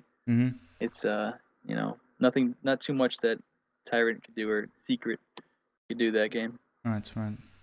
Gotcha. Okay. So that means that both Villese and the Max got their next points. 4-1. So in German we call this one a match ball situation, in which the next game could be the game. And does that expression actually exist in English? Match You ball? say match point. Oh, match point. All right. Match point. Interesting. All right, the more you know. All right. So I just updated the score, going back to the lobby for now, and tuning in with the next game. That would be obviously game number 6. Okay. Yeah, so I don't know, the Max here with his 2 games in a row of Dark Age walling in mass, like massive Dark Age walling, that kind of tipped the balances in favor of the Finnish team here in both games. I think just made the first game pretty much ruining the entire game for TaToH, and then the second game, or the fifth game, for DauT, pretty much doing the same kind of thing, preventing him from getting any gold. Exactly. That was it. I mean, I'm just surprised that it worked 2 times like this. Twice in a row, yeah. I mean, it's just unbelievable that they were. I mean, you've said it in the first case with TaToH. You said TaToH was probably too passive there, not doing too much against it. When he was first doing something against it, he was actually two-third of his base was walled by the Max. Right. So I just wonder how this one could happen, and also for a second time. I mean, now it was DauT who suffered this one, but well, let's just hope that this is not gonna happen once again. Otherwise, it will be over very, very soon. Let's see. Yeah. So if you're ready, I am ready. I am ready indeed. Yeah. All right, then I just switch here. There we go. This is game number 6, right? Yeah, there we go. Okay, so I'm ready. You're ready. So the epic countdown taking place right now. 3, 2, 1, go. Alright, welcome everyone. My name is DauT+TaToH and I'm here together with Influenza, and we're casting game number 6 of the grand final of Nomad Battlegrounds, a matchup between TaToH, DauT versus Villese and the Max. And what kind of civs do we got this time here? Oh, Flu, tell us please. What is the civ? Oh man, we have the Malians out there finally. Yes, I've been missing that civ. Exactly. The Malians were built for Nomad. Would you say so? Yeah. I mean, you're right. They have the bonuses. That's a strong. It was. Yeah. You're right. Actually, they serve. They got a lot of goods. Good text there, especially the initial bonus, wood bonus. The Italians also were pretty much built for Nomad too, I think. What would you say about Burmese here? Just a weird one here, just a weird question, but they got a wood bonus there. Would you think that is substantial there for being really good on Nomad? Yeah, I think the strong civs on Nomad, they also have a Dark Age bonus as well. So the Burmese is missing that. So they're a good civ once they get to the Feudal Age, Castle Age. But Right. right in the Dark Age, they don't have much of a bonus. So again, that's a pretty in the Dark Age is a very you can take big advantages as we've seen just in the the very first opening minutes of the game. So pretty big deal. I see. I got you. And one thing about the Malians is that's so significant is that they can make a fishing ship before they even collect any wood from their TC. And we can see that from the Max. He already has a fishing ship out. He does. Wow. Okay, that is actually super impressive. So that's why I like the Malian so much. That's actually the Persians can do that as well, but only thanks to the change in the cost of the house. So it's 25 wood instead of 30 for the house now. Right.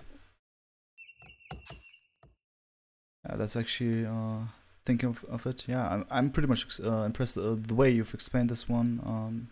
I certainly made sure to understand the deal with the melons here, man. Wow. Okay. So far I've been able to spot all. Yeah. Now I was struggling, meanwhile, to find Villese here, and he's on the right hand side. Just the because. orange color. Yeah, camouflage. There we go. So yeah, he has the Italians. Obviously, the Max, we've talked about him. He has the Malians, Italians and Malians. Right. Did a villager die just recently? Where? Where was it? Or on Villese's TC? On this? Oh no, I'm just a little bit behind then already. Let me see. Is it TaToH? Yeah, probably. Yeah, TaToH villager. Yeah, correct. It's incoming. It's incoming. All right, I'll slow down a little bit. Okay. Oop, yeah, there we go. All right.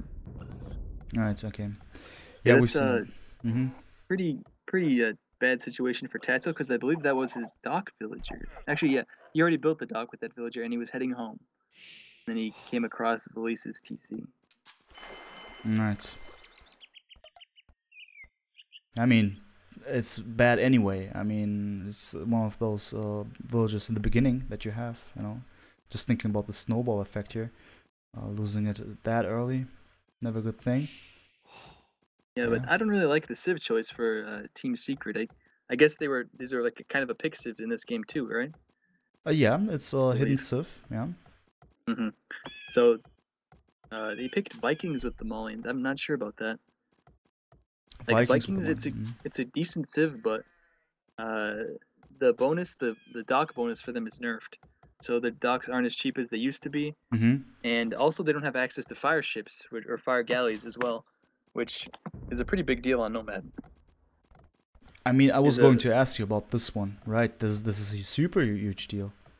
I mean, correct me if I'm wrong, but they cannot participate in any feudal action on water, right? They can, but it's very, very difficult for them to do so. It's just pretty much better off to often ignore the water and just go for land. Oh man. Like normally Vikings like, oh yeah, your Vikings just make some galleys. You're good. Right, exactly. But it's totally different now. You got to go for land, I think. Oh wow. I'm not sure what TaToH will do here, but he has enough food to do whatever he wants, I think. Exactly. But yes, the dock cost did get nerfed.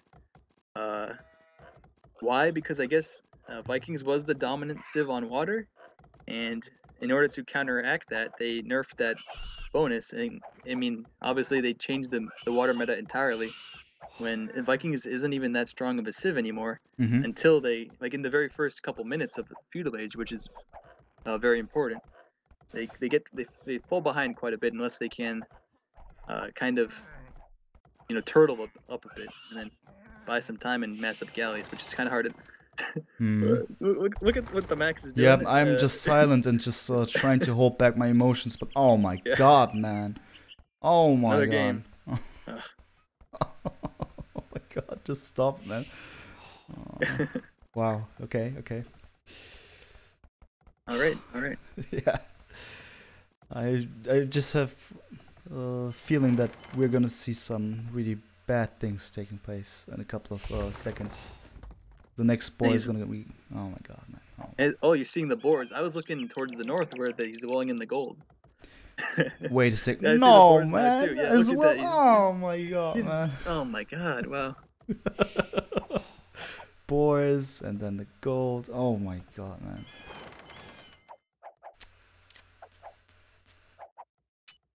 Yeah, so I'm not so sure about this.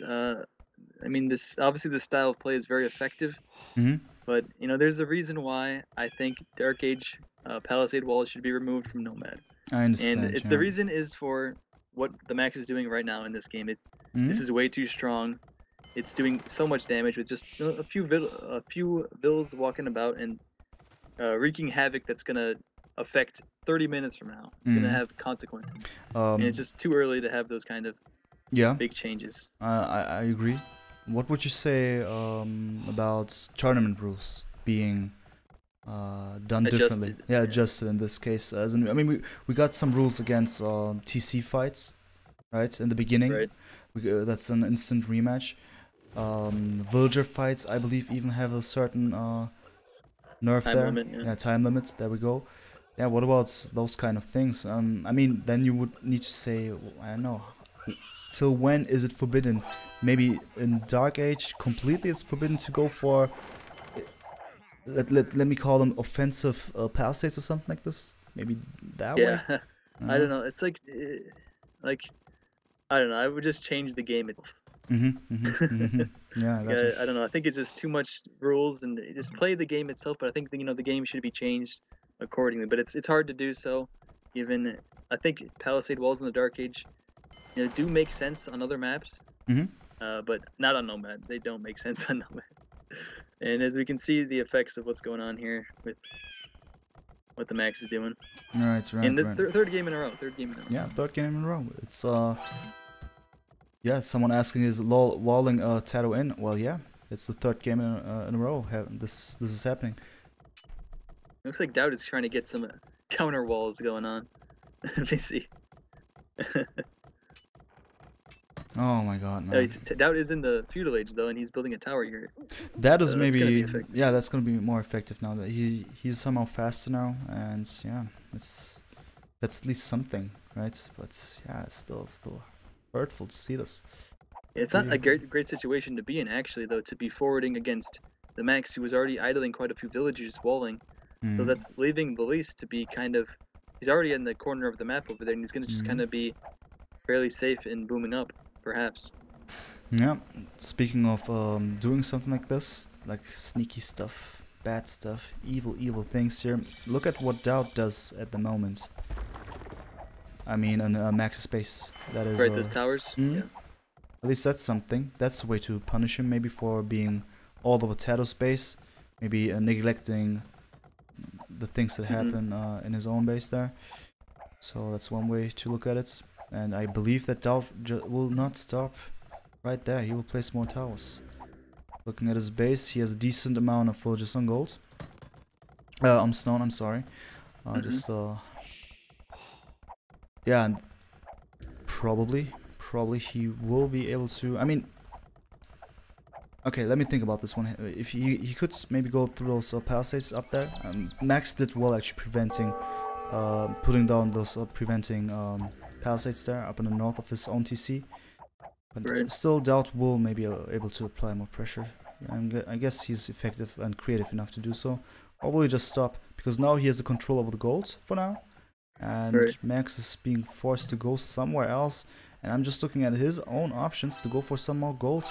And it's really far away, super exposed. I mean, in the center of the map, he takes the gold from there. This could obviously give DauT a lot of opportunities to, well, somehow go for some military units. And then get the villagers that are forced being really far away from the TC of the Max. Maybe we will see something like this. I think DauT has to recognize the situation that's going on right now. That okay, sure, he's doing a little bit of damage on the Max, but Right. like, what about Villese? He needs to. He knows that TaToH lost quite a few of his fish because of there's some fire ships going back and forth. Right. And again, like he's leaving Villese kind of just to get to the Castle Age pretty safely. Hmm. And TaToH himself, he had a hard time. He just found gold just now. Yeah. I'm at in 16 the minutes. south. Yeah, 16 minutes you said? I'm 16:48. Okay, I'll just speed up a little bit. We're not too far Cool. from each other. Cool. Alright. Yeah, but yeah, you're right. He has found the gold. I mean, that's something at least. It's far away from the others. But yeah, Villese is there alone on the right hand side.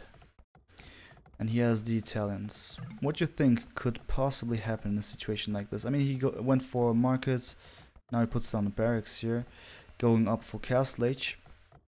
What do you think? What kind of unit will he most likely go for? He has stone really conveniently there in his base. Right, he's building up a barracks right now, so I guess we'll see a stable for him. Okay, some knight approach maybe? Yeah, perhaps. We're definitely going to see some knights for him, I believe. Let's see, what's TaToH doing? I'm curious. He's up to the Castle Age. 20 minutes, just before 20 minutes, he'll be reaching that. And he does have gold, but does he have any military buildings? I don't know, he's just going for those towers against the max in the center of the map. And also, DauT is kind of, has towers there himself. I guess they're trying to, prevent the max again from collecting stone, collecting gold. So it does make sense. But again, at the same time as this is happening, we have Villese all on his own, Yeah, just booming up just fine. Yep. Looking at the fish here, Villese 10, TheMax 8, and DauT 7, TaToH 5. It looks fine for now. For now. But we see some fire galleys going up now by Villese here, and he will maybe make sure that the fish is not going to be there anymore. Yep, there it is. There it is. And while we see this one, we see a lot of villages fighting each other here in the north of the map. Oh my god, man. Messy stuff. I feel that this could like be 20 villagers for TaToH right in this location? Yep. Just about, yeah. It could be, if someone fails big time here, it could be over really soon, because the one that fails this one will maybe say, hey, I screwed up, it's GG or whatnot. Perhaps, and especially if it was TaToH the one, because he's the one in the Castle Age here, so I guess the Max can afford to screw up because his ally is in, the Castle Age, but TaToH not making a good use of his handcart villagers, although I guess they are a little bit faster than their Malian counterparts in that they can move a bit faster, right? Right. So they can catch up, but we have a knight coming in, and I don't think the villagers of TaToH are going to be able to face that. No, especially with the knight having +2 defense, it would be a tough fight there. Wow. Yeah. Wow. Bad stuff for TaToH here. A little bit chaotic here and there. Yeah, I think it seems that the only use for TaToH in this game might be to sling the remaining resources that he has and hope DauT can 2v1. Oh. Yeah, I mean, I understand your point of view, but this one is really optimistic there, to say the least, because we see it here, DauT is still in field age. Just clicked up recently. Oh yeah, right. But yeah, still, I mean, it could work, but oh my god, man. Yeah, with the Malians, there's a chance, obviously. He could go for a nice... Yeah, the question is, how efficient will he be? I mean, with the help of TaToH, obviously, he could go for a little boom there, getting up more TCs, and then at the same time ensuring knight production. Then it could work. You're right, this is one scenario that it could be maybe successful, but yeah, 2v1 then, right? 2v1. Yeah, 2v1. Oof. And the thing is, look at DauT's villager count. It's only 33. Exactly. So that's very low compared to everyone else. I mean, even TaToH's just 3 behind, and we saw what was going on with him. Yeah, look what TaToH is doing here at the moment. What half of his population is just... Like, sure, they must recognize, like, this game is, like, probably over, but they have to win this one, right? They have to win every single game from here on out. So, oh my god, this is they're not going to resign painful. just yet. Yep, you're right. Give it a chance. You're right, you're actually completely right with this one. This is what they have to do. If it was a normal game, like if it was like a rated game, I think they'd call it. Yeah, right, but just call it GG. They gotta try it. Wow.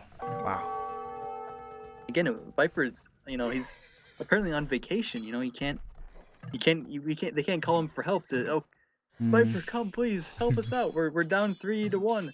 No, they have to fight, they were down 4-1 now, obviously, but it's looking like 5-1, honestly. Wow. Oh my god, man.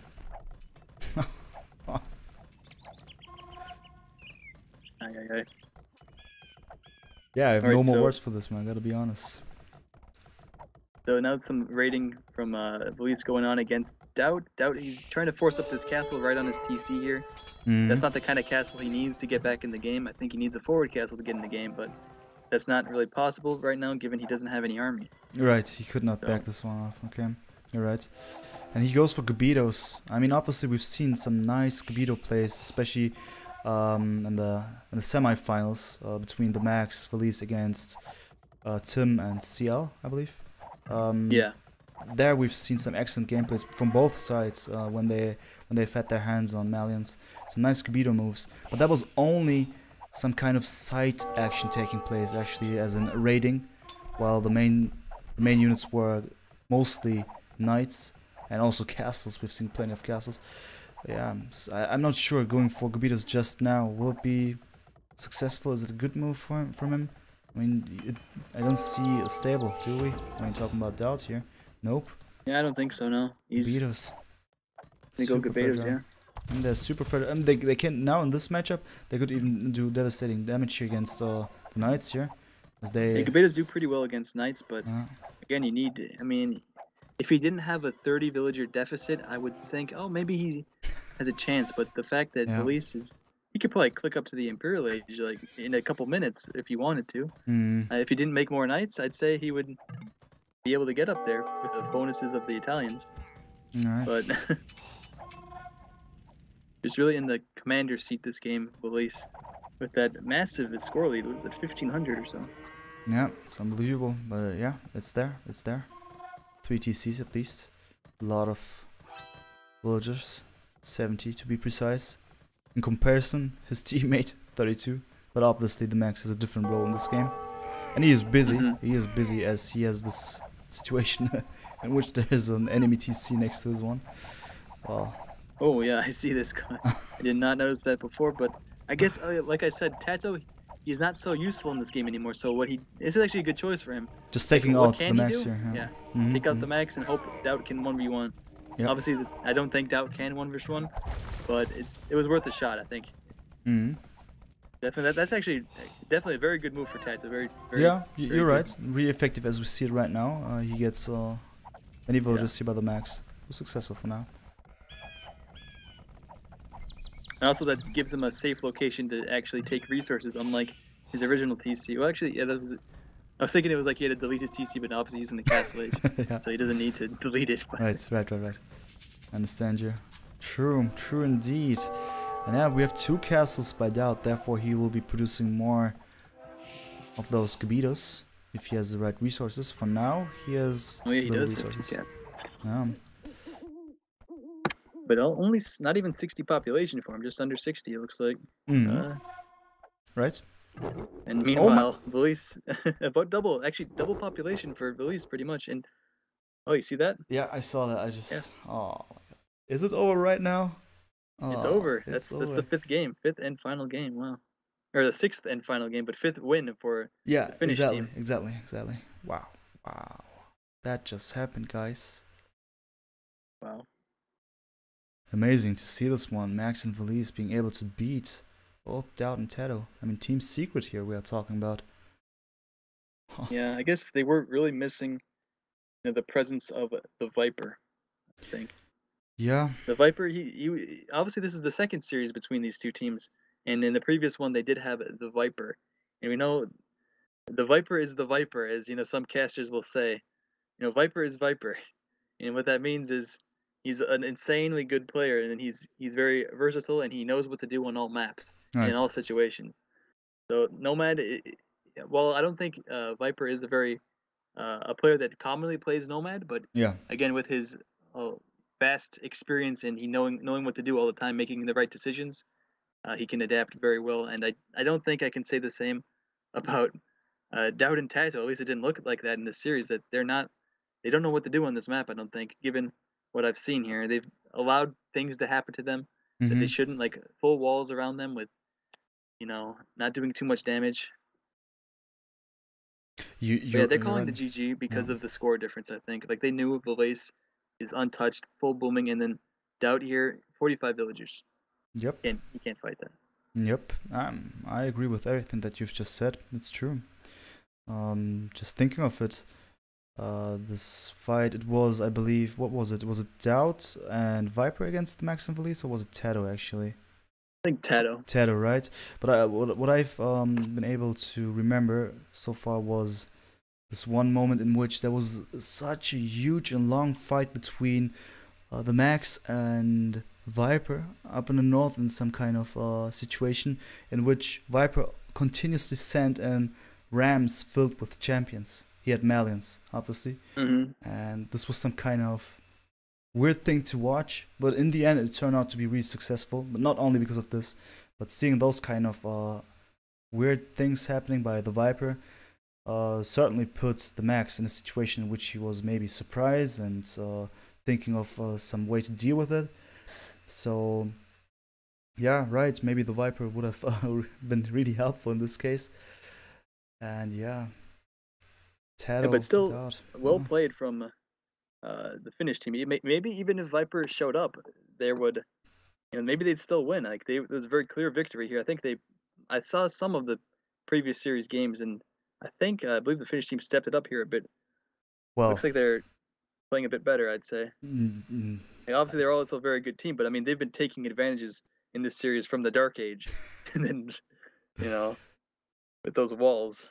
You're absolutely right. I mean, just about this one, I haven't said too much about, but you're absolutely right with the Max and Villese, especially the Max, especially this infamous semifinal against Tim and CL. There were so many games. I believe it was game number 3 or game number 4 in which the Max was actually losing all the time, and then he was boxed in his little base, but then he managed to get out and put castle after castle after castle until there was this one moment in which he trapped down the TC, the main initial TC of Tim, I believe, and then on the top of it he just put down a castle. I mean, the symbolic move there was just so epic. Yeah, very symbolic. And yeah, that was just I mean, I gotta say, the Max and Villese definitely extremely strong in this series, to say the least. Really impressive, really good gameplay. And yeah, we've talked in the beginning of this when we start the stream, team play. And when we were talking about team play, I was strictly thinking about Villese and the Max. I believe that they function really well together, especially on Nomad. It worked out so well, right? They had those plans, and somehow they've managed to get through everything so nicely. I mean, the last 3 games were a bit different, as the Max certainly played a bit dirty here and there. But that's also part of the plan. I mean, it just didn't happen. Of course, it was maybe more of a spontaneous move, as the Max maybe saw, okay, oh, there's this possibility to, oh, look at TaToH's base. It's such a little base there. I could wall this one off, and then we could go from here. But then Villese able to adapt to that one, work in a way that, yeah, he could keep DauT busy then in this case. It worked. It worked somehow. It's just, wow. Yeah. Good stuff. Good stuff. I really don't like the strategy choices from DauT and TaToH, honestly. Like, obviously they know what's happening to the other player. It's not like they're one guy's from China and the other one's from Vietnam, and they don't speak the same language, and they don't have cartography. They have no idea what's going on. These guys are on TeamSpeak. They've played together for quite a bit. They know what's going on. And the thing is, quite a few games here, we've been seeing like they let one Finnish player just have his way, do whatever he wants, get up to the Castle Age, get up to the Imperial Age, no problem. And then they're like focusing exclusively on just beating up on a little guy, and then in the long run, it just puts them really far behind because the other guy takes a big advantage. Yep. I just agree there. Wow. Interesting stuff there for sure, I gotta say. Interesting to see how DauT and TaToH actually played here. And you got it right. With this communication thing, certainly surprising. We've seen people who communicated just by text. Talking about the Silver League, for instance. A lot of texting going on between the players, and they still somehow managed to work with it. I mean, yeah. I think communicating via TeamSpeak or Discord certainly a super huge advantage. You can just communicate every little thought that you have without spending too much time typing it. Yeah, it could have been. So it's actually hard to justify or just to give a reason why it didn't work out that well. It was the first game, right, which TaToH actually lost Villages unnecessarily, and yeah. Right. Yeah, very first game, right. Yeah. Wow, wow. Those things happen though. We'll see. I just hope that we're gonna see some more Nomad tournaments. I've enjoyed it because this was quite new for me. I've said it. I'm a noob here, especially. I mean, concerning Nomad, I have little knowledge, so it's really interesting to see the big guys playing. Also, get some more knowledge by people who simply know about this matter here really well. Some people like you, for instance, really great stuff to get more in-depth information and some kind of improving the knowledge you're considering Nomad. Cool stuff for sure. And yeah, you said also yourself, Nomad is actually way more different than Arabia. I want to say Arena and Arabia at the same time. So Arena or Arabia tournaments or something like this. It's just too much of a different thing, and I just love it. Therefore, it's not easy to compare. The beginning is always, it can be so messy. It affords a lot of skill of orientation and also anticipation. For instance, where's the enemy? What's my location? What civ have I picked?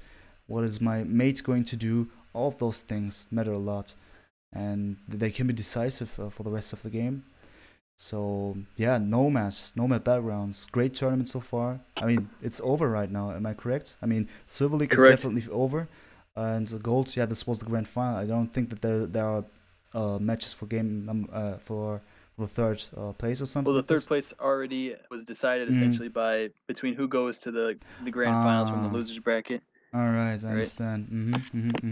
Okay, so there we go, and yeah, Racer, man, he did that really well. So big shout outs to him as well.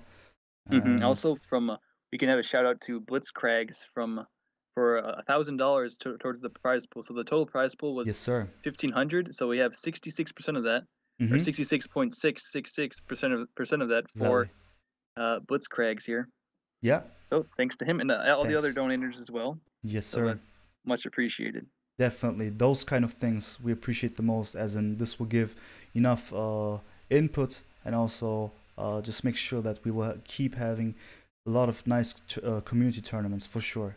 So always great to see how the community supports itself by those kind of nice moves there. Good stuff for sure. Yeah, also good stuff for us, so we have enough things to show you guys. Tournament casting, certainly a nice thing.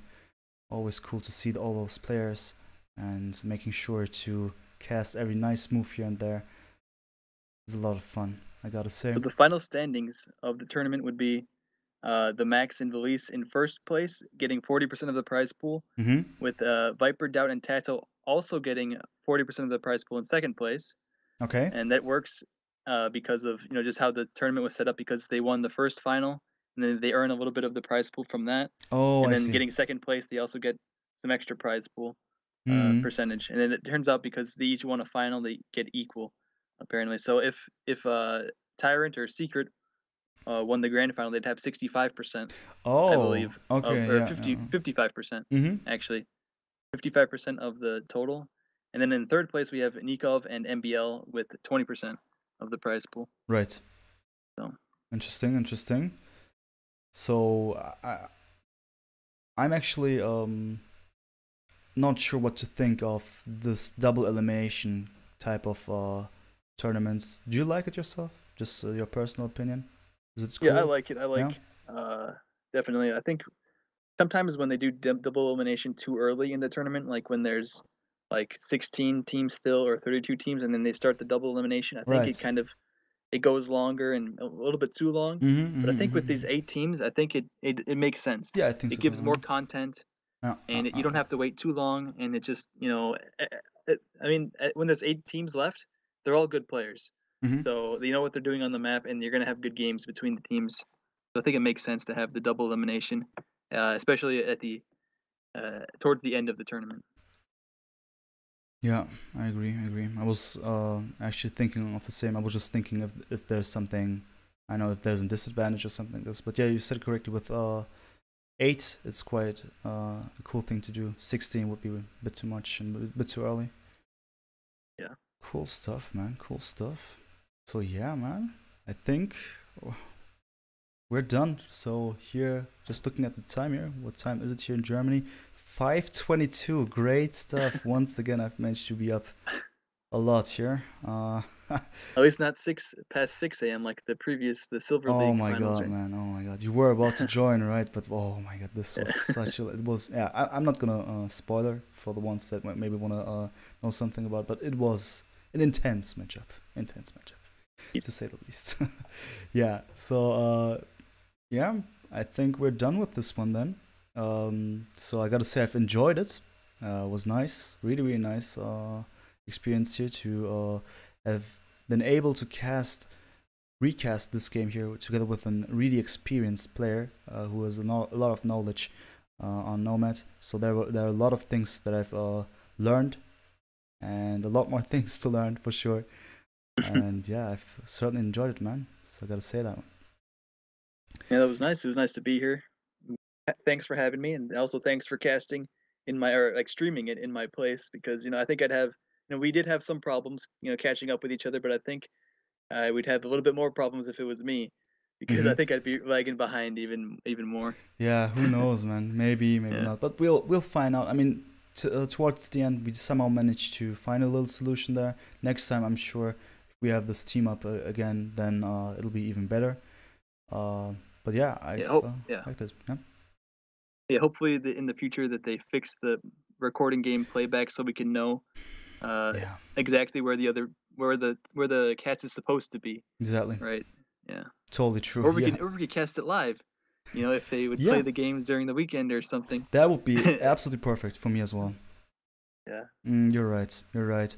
So speaking of which, weekend stuff like this, as still 74 people are watching, just gonna do this little ad here for the sake of our own channel and the AOE zone and the community.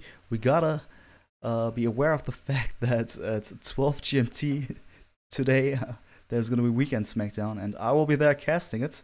I've just realized that I will make sure that I will go to bed very soon. But yeah, guys, just for information, there's gonna be Weekend Smackdown on Saturday. So today, for me, it's today already. Saturday, August 4th. It's 12 GMT. It's a casual tournament. Feel free to join. The first one that comes will be able to join, basically.